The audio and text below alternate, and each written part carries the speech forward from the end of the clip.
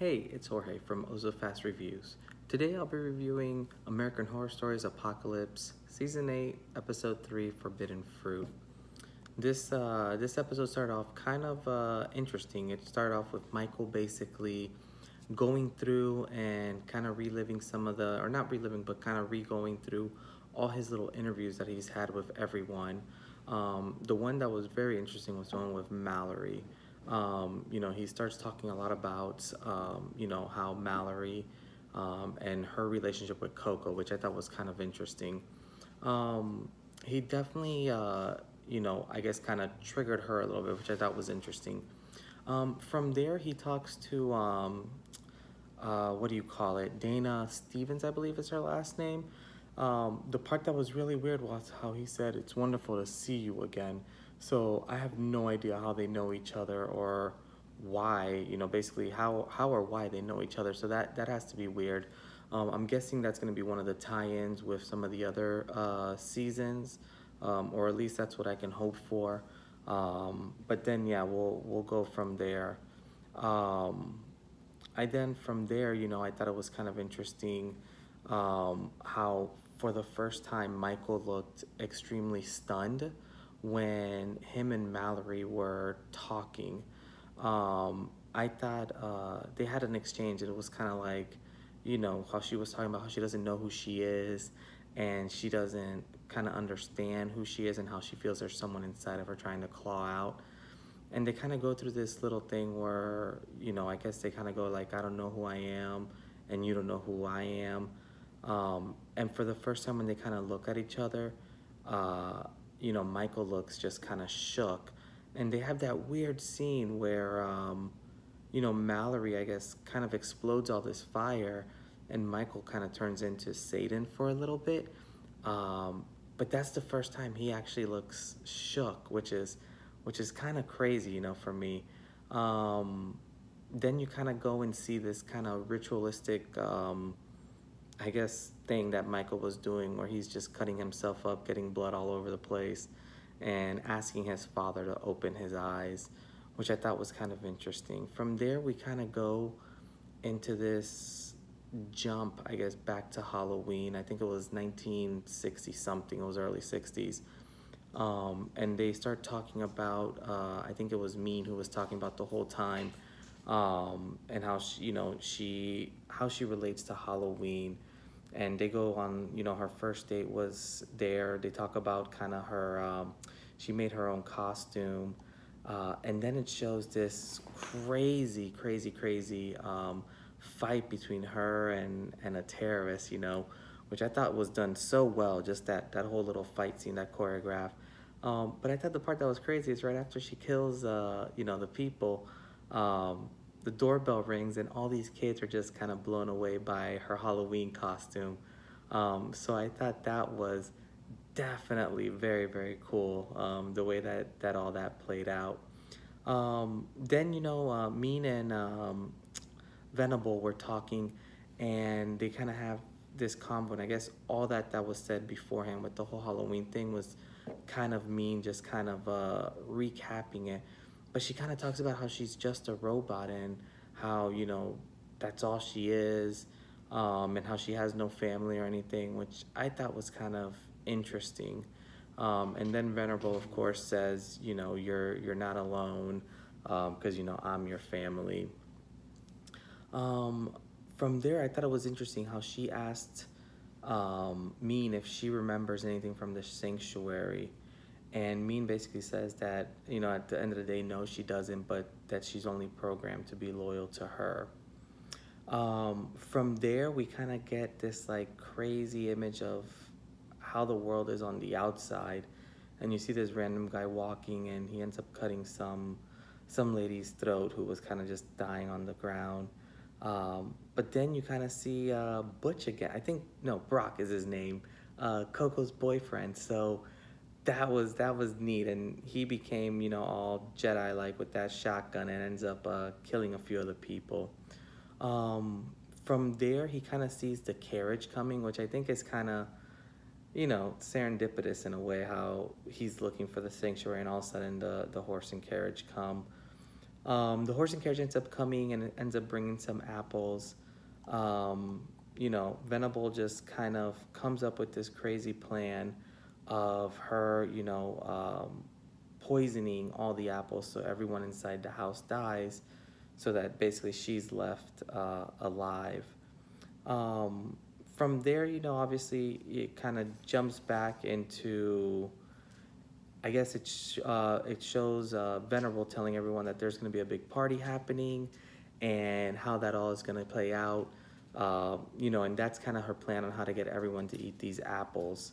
From there, you kind of jump into people getting ready for the party, which I will say whoever does like the hair and makeup here is doing a phenomenal job. The way that they did Coco's hair and almost that Eiffel Tower type look was awesome. So whatever hair designer in real life did that, mad props to you on that one. Mallory then at that point kind of starts talking about, how she thinks that something happened in the interview and all this fire, like she made this fire happen. But then Coco, man, she's just, while Mallory's kind of going through this phase of trying to understand herself and all this, Coco is just kind of being just bullying her in a sense and basically just making her feel like trash, which I thought was kind of interesting. They focused a lot this episode on Mallory, which hopefully is means something near the end.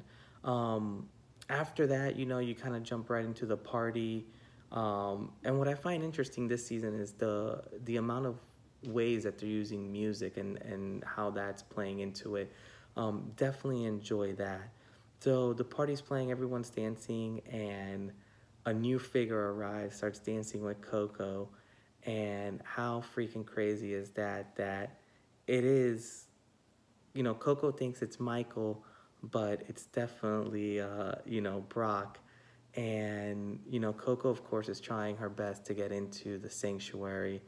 So she goes and, kind of propositions Michael, or who she thinks is Michael, takes him back to, kind of her room. And then from there, you just see, everything kind of unfold. She sees Brock and sees how crazy he's been. And he kind of, which I found kind of funny, kind of the bright side of it, because she's like, oh my God, what happened to your face? And basically he's like, oh, like nuclear warfare, cancer, fighting off cannibals, just very nonchalantly. But then from there, just out of nowhere, just knife to the head. And, as soon as that happened, obviously Coco's out. So Brock, I think, is just going to go in there and just kill people left and right, which I thought was going to be a neat little play. From there, you get a quick snippet, though, on how Mean and Venable are getting this venom in there. But where the heck are all these snakes coming from? And the one snake that they had, I mean, that was a big old snake. So that's definitely crazy. From there, she kind of starts the game of bobbing of apples. Everyone, kind of eats it, and instantly, within minutes, they're all dying. So obviously their plan's working. It's kind of like vomit everywhere. In that scene, I don't know if any of you guys watch Family Guy. Huge show, huge fan of that show. But it reminded me of that Family Guy episode where Brian and Stewie and Peter are just throwing up everywhere. And for whatever reason, that scene, I know it was meant like everyone's dying and all that, but I found it super humorous. From there, Venable and Mean go to see Michael, and Michael's kind of in the middle of typing away in his computer, and next thing you know, they're trying to shoot him, and instantly, Mean is just going there has her gun ready to go, and Michael's just looking at her, and instantly, she goes ahead and shoots Venable, which I thought was insane because I did not see that coming. So basically now in that safe haven or safe house, everybody's dead except for Michael, and you got Brock who's there, which I don't think anyone knows is there, and obviously Mean's just a robot, so that's all weird. Something else that I thought too this episode was a ton of F-bombs were dropped throughout the episode. I don't know if you guys caught that or not, but definitely kind of neat. So From there, kind of Mean and Michael have this moment, and that's when Michael kind of reveals that he was that young boy, and he's gonna unlock kind of all her memories. So definitely want to see how this goes moving forward in the future episodes, because I definitely think Mean and Michael are gonna have this weird connection. From there, the music changes once again, and you see these three figures kind of coming in through this fog, and it's the witches. The witches are back, which is awesome because Covenant was probably one of my favorite seasons. Um, and I found it weird because they end up bringing back Coco, Mallory, and Stevens. I forgot her name. Oh gosh, I forgot her name, but I think her last name's Steven. Um, but I found it interesting how they bring him up, and then Madison goes up to Mallory and basically is like, "So you thought this was the last time you were gonna see me, huh?" Which I think is crucial. They do a quick kind of like sneak preview of next week's episode, so definitely looking forward to that.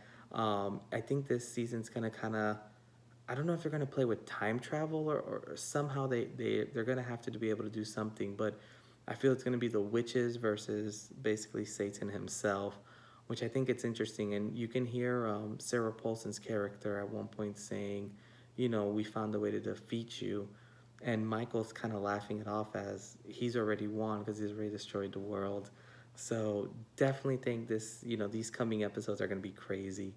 I thought that at least that the way that they were phrasing it, or the stuff that I was reading, was Madison wasn't going to come back until I think it was like episode 6 or something. So super stoked to see her here already in episode 3. Super excited to see the witches. Now I'm very intrigued on how they're going to bring all of this together in the sense of how they're going to tie all these other seasons up. Especially with having the Rubber Man from season 1, now you have the witches.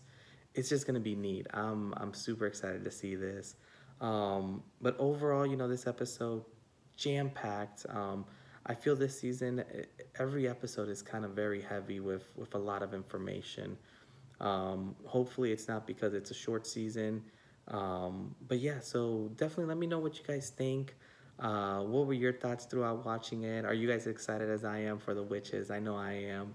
But on that note, if you like this, like what you see, give this a thumbs up. Feel free and subscribe. I'll be doing a review on American Horror Story every week, just giving you kind of like my recap and thoughts. But other than that, once again, this is Oh So Fast Reviews, and I will see you guys next time.